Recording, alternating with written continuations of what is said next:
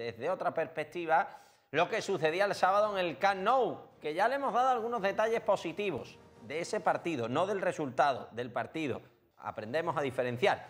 Y ahora seguro que Jesús Botello nos trae algunos aspectos más o nos ayuda a entender el por qué no fuimos capaces de repetir, por ejemplo, las hazañas de hace 2 temporadas en un escenario tan complicado como el Camp Nou. Querido Jesús Botello, muy buenas noches. Muy buenas noches, Nacho. Bueno, no pudo ser, hubo cosas buenas y unas no tan buenas que evidentemente explican el resultado final. Sí, al final en un partido de este calibre hay que intentar, sobre todo lo que aquí en los lunes llevamos en Todo al Verde, esas 2 fases de todo partido, la parte cualitativa y la parte cuantitativa, los datos y el juego en sí.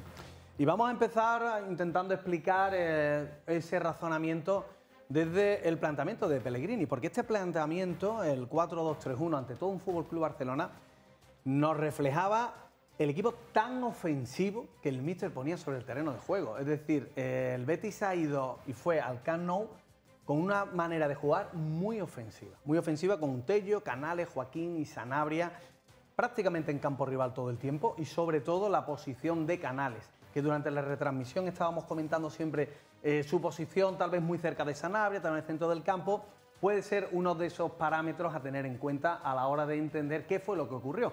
Pero sobre todo el planteamiento súper ofensivo del Betis.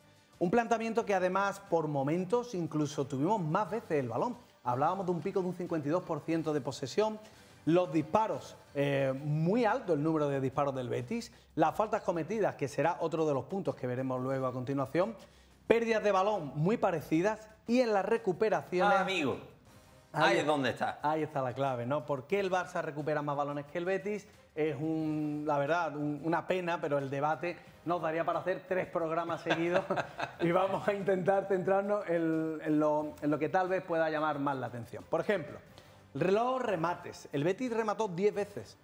Aquí están los tiros, por 17 del FC Barcelona.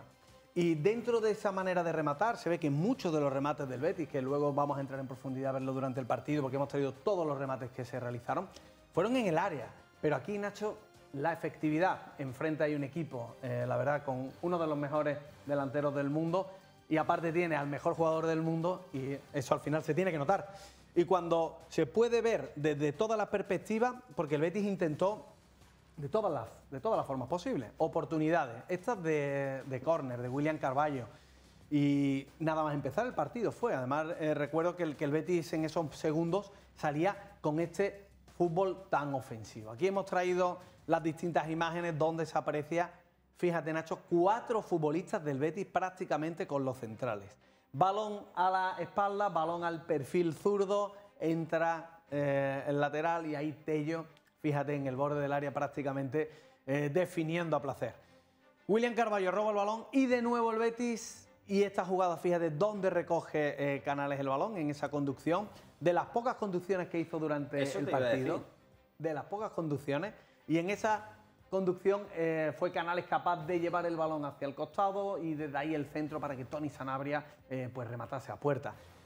Hemos visto muy poco a Canales, ¿verdad? Y en realidad sobre todo es porque el planteamiento estaba enfocado en ir a campo rival. Y esta presión alta también es muy importante. El planteamiento ofensivo de Pellegrini, el planteamiento agresivo, el ir a buscar al Barcelona a su propio campo, ahogando en salida de balón. Lo que pasa es que en esta ocasión, Botello, en otros partidos hemos robado muchas más veces el balón en esa presión. Yo creo que esta fue una excepción. Una excepción, pero sobre todo el ADN que quiere inculcar Pellegrini. Aquí veíamos el desmarque del punta para que apareciera Loren Morón.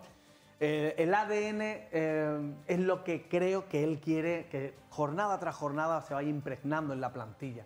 Por eso, y esta ya es la última jugada, ya con Rodri en el campo, pero incluso otro remate en el área pequeña que no entra por poco, ¿no?, en esta jugada. Y esa idea del míster, esa idea de Pellegrini, es lo que queremos traer aquí a colación, ¿no? El por qué el Betis va al Nou Camp con ese planteamiento tan ofensivo, con esos futbolistas en campo rival prácticamente todo el encuentro. Es cierto que ahí aparecen unos desbarajustes y para eso vamos a traer otras estadísticas. Estas son las faltas que realiza el Betis. Son una falta en campo rival, muchas de ellas, franja media y... los 2 penaltis. Ahí está, los 2 penaltis en el área propia. Fíjate. Aquel que se ve perfectamente, sobre todo, cómo es de derecha a izquierda y en campo rival. ¿Por qué? Porque Es posible que la gente crea que el Betis no tuvo intensidad, y cuando se habla de intensidad en el fútbol es una palabra que hay que poner entre comillas. A veces no es que no se tenga intensidad, sino que se llega tarde a la presión porque el rival es mejor o porque el planteamiento al final te vence. Y aquí vemos todas las faltas del Betis y cómo se realizan la mayoría de ellas intentando o bien taponar una contra o bien intentando mantener el control del centro del campo. Y además, fíjate, hemos visto la de Carballo ahora ante a Griezmann.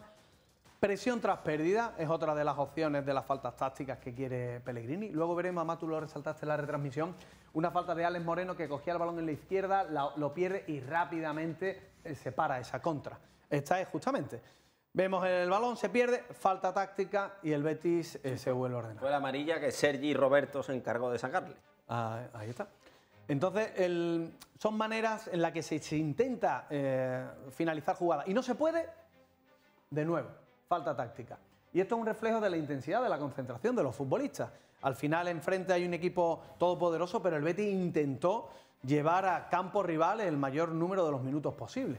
De nuevo, otra falta, y estamos viendo a Alex Moreno, que también lo resaltabas en la retransmisión, un jugador que va creciendo en labores ofensivas y defensivas.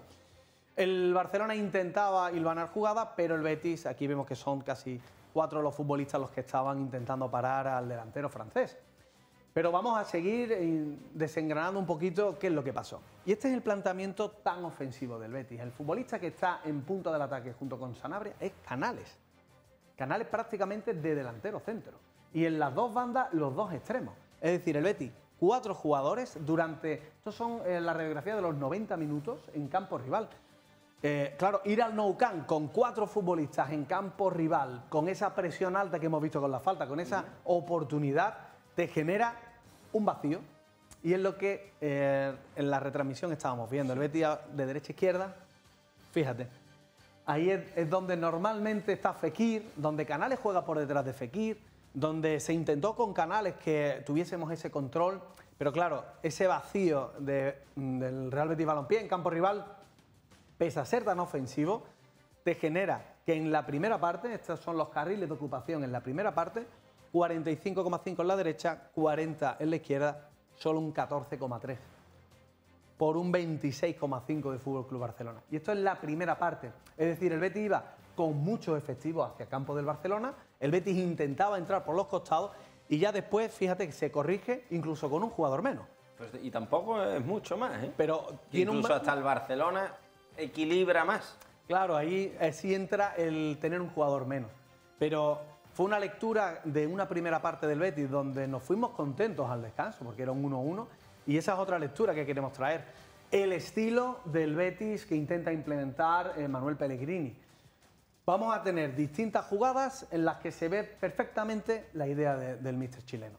El Betis con tranquilidad, el Betis tocando, el Betis buscando los costados, que eso también es un ADN de Pellegrini, buscando superioridad por banda y en cuanto aparece Canales en la creación, desmarque de ruptura.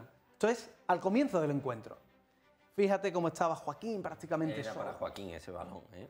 Pero es verdad que no tuvimos muchas posesiones largas como esa, Jesús. No las tuvimos y por eso en el carril central tenemos tan poco dominio. Pero esa amplitud del Betis, ese doble pivote además que se ve reflejado, intentaba taponar ese juego del Fútbol Club Barcelona que lo vemos y aquí ya están las dos caras. No estamos contraponiendo los dos estilos.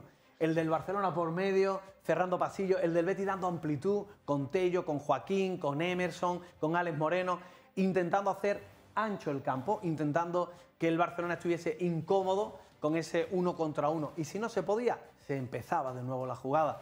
¿Qué ocurre? Que obviamente enfrente hay un equipo muy poderoso, con individualidades sobre todo muy potentes, pero el Betis no se descompone. O sea, estamos poniendo una jugada muy larga. Esto no es normal que lo puedan ver ustedes en ninguna televisión, porque son jugadas larguísimas, donde se ven todas las piezas y donde se ve cómo el Betis intentó desde el balón, en el Nou Camp y con 0-0 en el marcador, imponer el estilo de juego. Y vemos una línea que va desde la defensa hacia un media punta, porque Joaquín por momentos abandonaba la banda y se metía por dentro. Claro, aquí lo vemos entre líneas. Esa seguro que era la idea de Pellegrini, seguro que su planteamiento era intentar sorprender por dentro con algún jugador desequilibrante. Y otra ocasión, en este caso ya finalizada por Tello, en la que el Betis, desde el control del juego, Nacho, fue poco a poco imponiéndose. Y por último, bueno, lo comentaste tú en la retransmisión, la incorporación de Rodri, ¿no? Del canterano, muy buenos minutos, la verdad que con intensidad. Aquí vemos cuando roba el balón y cómo intenta ese regate, cómo se va de dos futbolistas. Y lo que lo vemos desde la ciudad deportiva es que es un espectáculo, que hace lo mismo juegue contra quien juegue, ¿no? Y siempre son muy buenas noticias para el estamento del club el tener un chico con ese desparpajo, cómo acompaña la jugada, cómo además pisa área, cómo tiene esa intensidad. Y bueno, intentando por lo menos dentro de la dureza de la derrota, que el Betis no perdió la cara, que es cierto que hay muchísimo que mejorar, que la humildad debe estar siempre en primera línea de batalla, pero me parece que el míster es consciente de esa mejora que debe seguir creciendo y por lo menos que los aficionados vean algunos parámetros de un Betis que intenta mantener esa intensidad. Y un Betis en el que probablemente uno de los grandes enfadados el sábado fue el portero, Claudio Bravo. Normalmente el portero es el que recoge el balón. Hombre, se enfadan todos, pero al portero y competitivo como Claudio Bravo seguro que no le hizo gracia encajar 5 goles. Parando un penalti, además, con Claudio Bravo. Hablamos después del partido.